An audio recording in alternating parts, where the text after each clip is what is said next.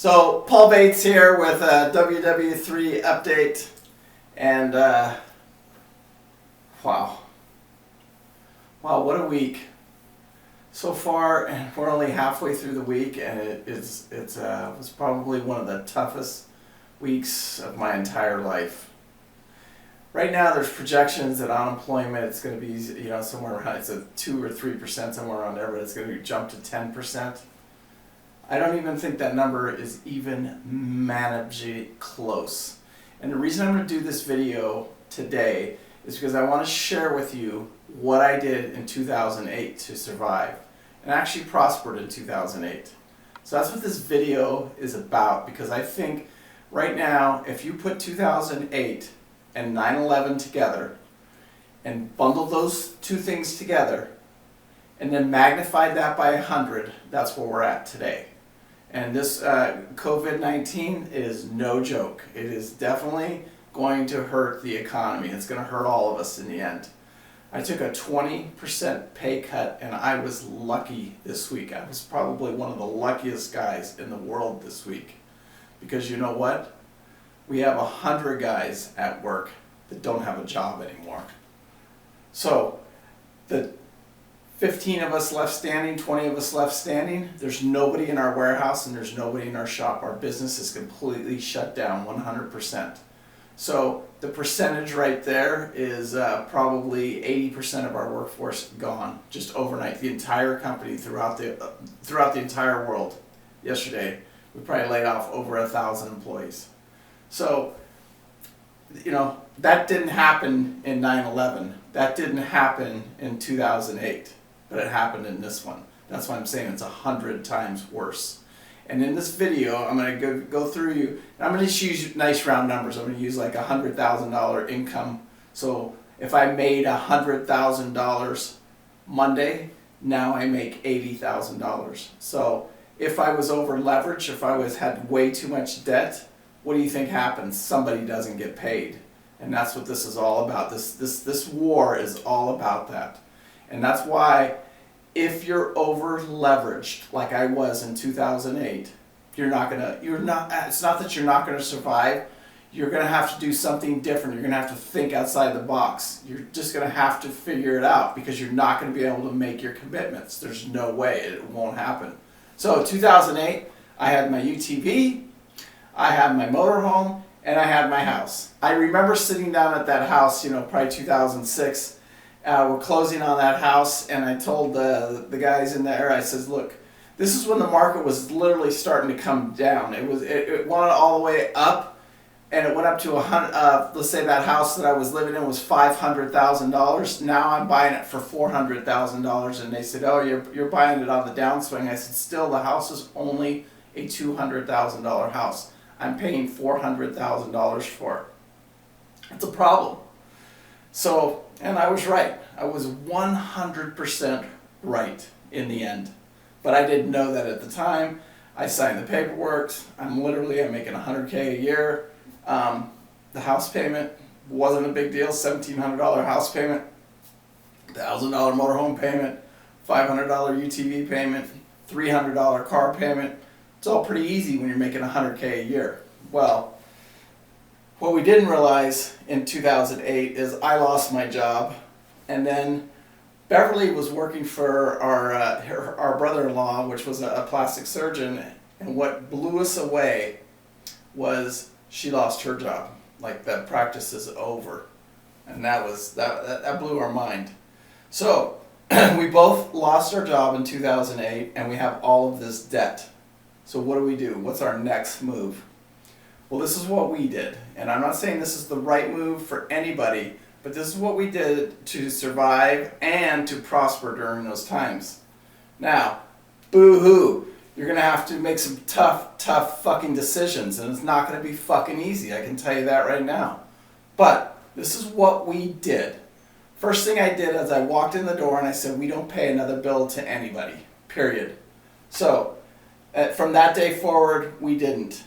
I believe we had 2 weeks left of Beverly's salary. We didn't have any money coming in from me at that point.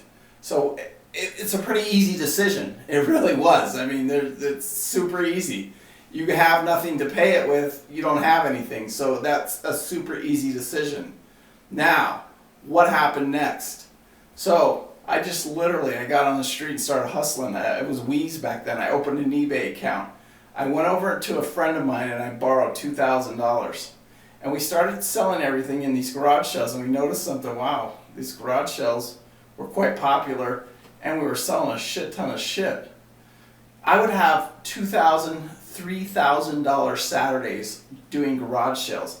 I was running to LA. I would pack up my car. I borrowed $2,000 from a buddy of mine. I packed up our car, and it was empty. It was an HHR, and I'd take the seats out of it. I'd take everything out. I'd run to LA, and I would go to all the vendors that we had learned over the years, and I would just pack that car full of anything that I thought I could sell at these garage sales. This is literally what I did, and I literally just kept going at it. 30 days later, I paid that $2,000 back, and I'm sitting on I don't know, probably $5,000 or $6,000.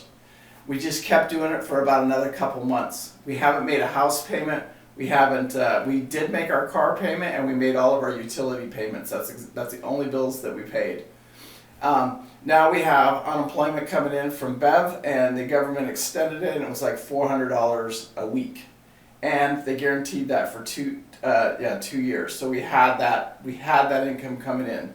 The only thing we needed to keep going was that car, and we wanted to keep the utilities on in the house. Now, the uncertainties are, Bev did not like living in, I don't want to say fear, but she didn't like living of where she's not going to be able to go or something like that. Like, if they come in and take this house today, where do we go? What's going to happen? What we did is we went out, I jumped on eBay, business was good. It was almost Christmas time, I remember, and I was selling Wii's. I would go down to the strip and I would buy the iPods, the Wii's, everything. They would give them away at the casinos, and I would buy them for probably 70 cents on the dollar, throw them on eBay, and I was making 100% to maybe 110%, because that's what everybody wanted that year, was iPods and Wii's. So I stuck them on there, and I had about a 20-30% margin on those things. Sometimes I even got luckier because I just put an ad out on Craigslist saying, I'll buy your Wii, I'll convert it to cash right now. Anyway, that was, I wouldn't say lucrative, but I was definitely turning and burning cash. I can even remember going to the casino one time, and it looked like a drug deal. This guy had they were picking them up refurbished iPods in LA and then bringing them down to Vegas. And I would buy them right there in the middle of the casino. Here's $5,000, and I would take, whatever it was, 40, 50 of them, and then I would take them to the house there, and I would sell them. I had a constant ad on, and people were just buying them left and right. It was easy. It was pretty easy money, actually, back then. So I figured it out. We did that. I converted that. Next thing you know, I'm sitting on about $15,000. So on eBay, I found just I knew what I wanted, I knew what we needed, and I found an RV. It was $10,000, and I bid on it, I don't know, $8,900, $9,500. I won the bid. It was over in Michigan, and we jumped in our truck and we went and got it, in the middle of a blizzard. It was funny.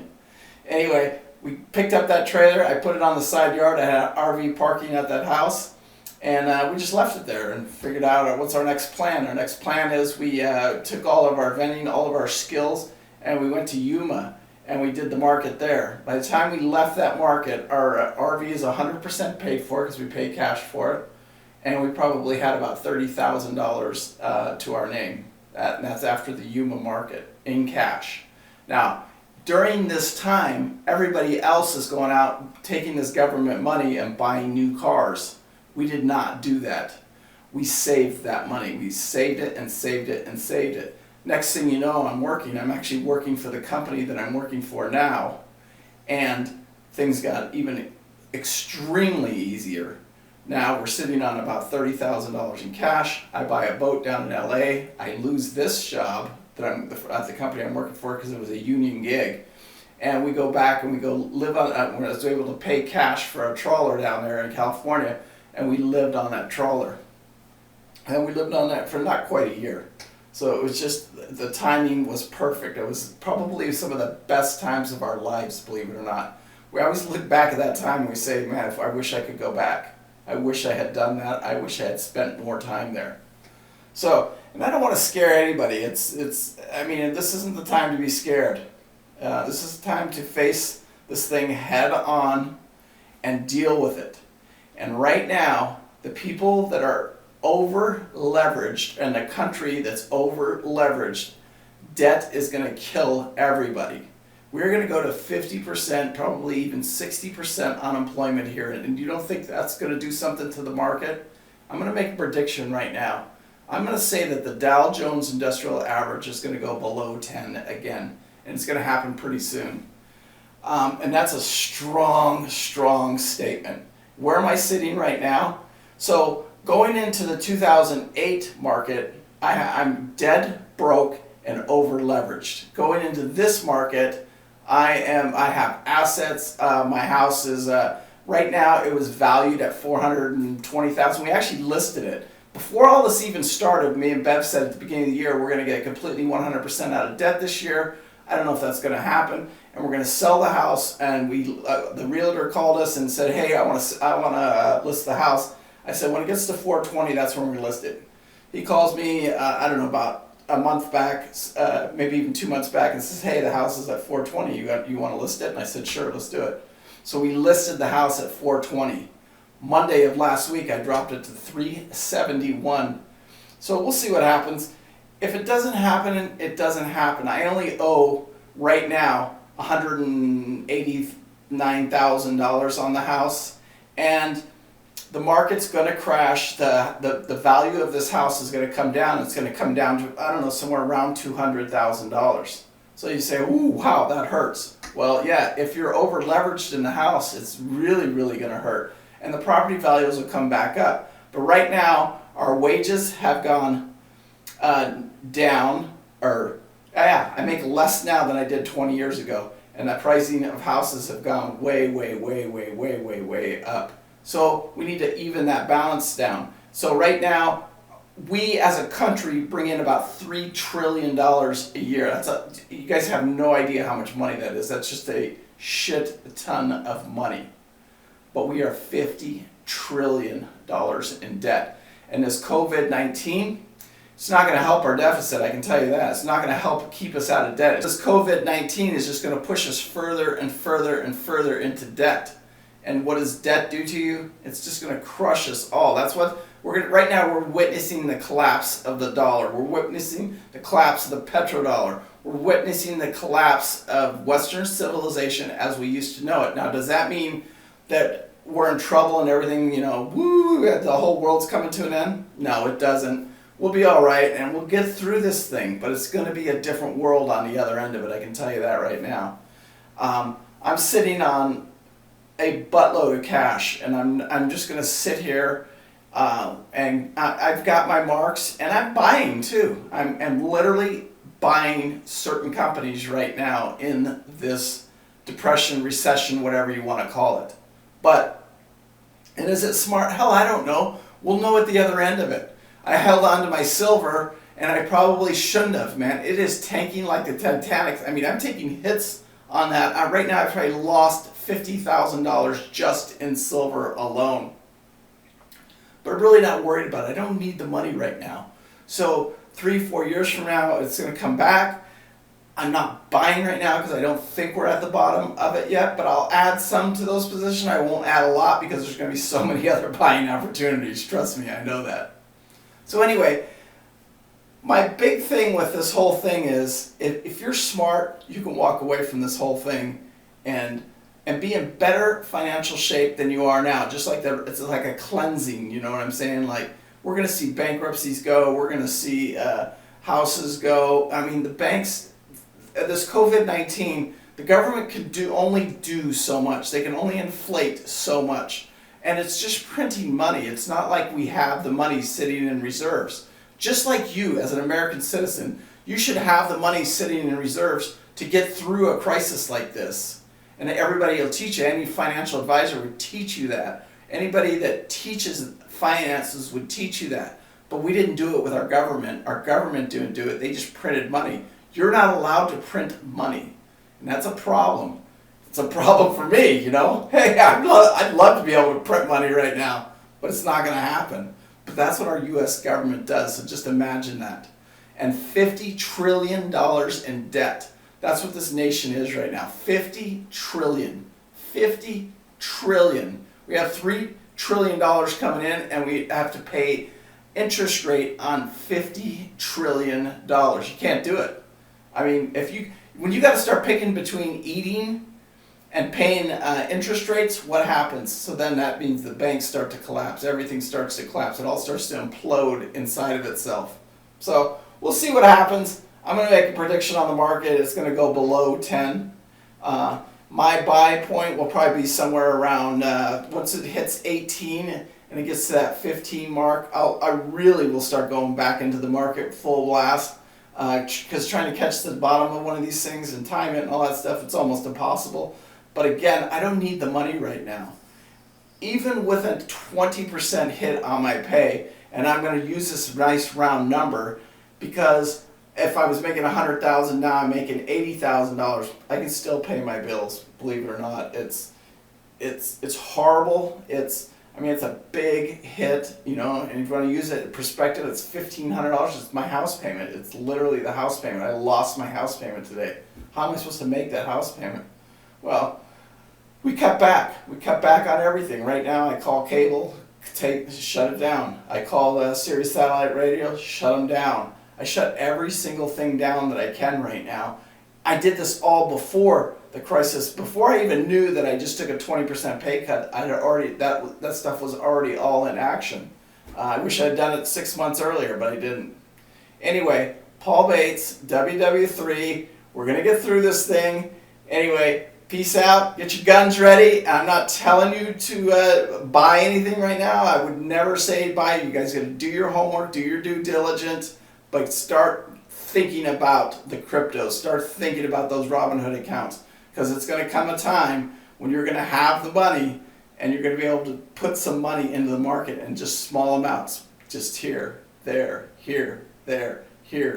especially if you're young, man, and it grows so fast. Anyway, Paul Bates, WW3. I got Daisy here. It's raining out today, so instead of taking her for a little walk, she did a WW3 video with her dad. Watch out for my Broken 50 Series 2. I'm about ready to talk about Tesla and Uber and why they're not doing so good in this market. Anyway, Paul Bates, peace out. I'll see you guys at the other end. Bye.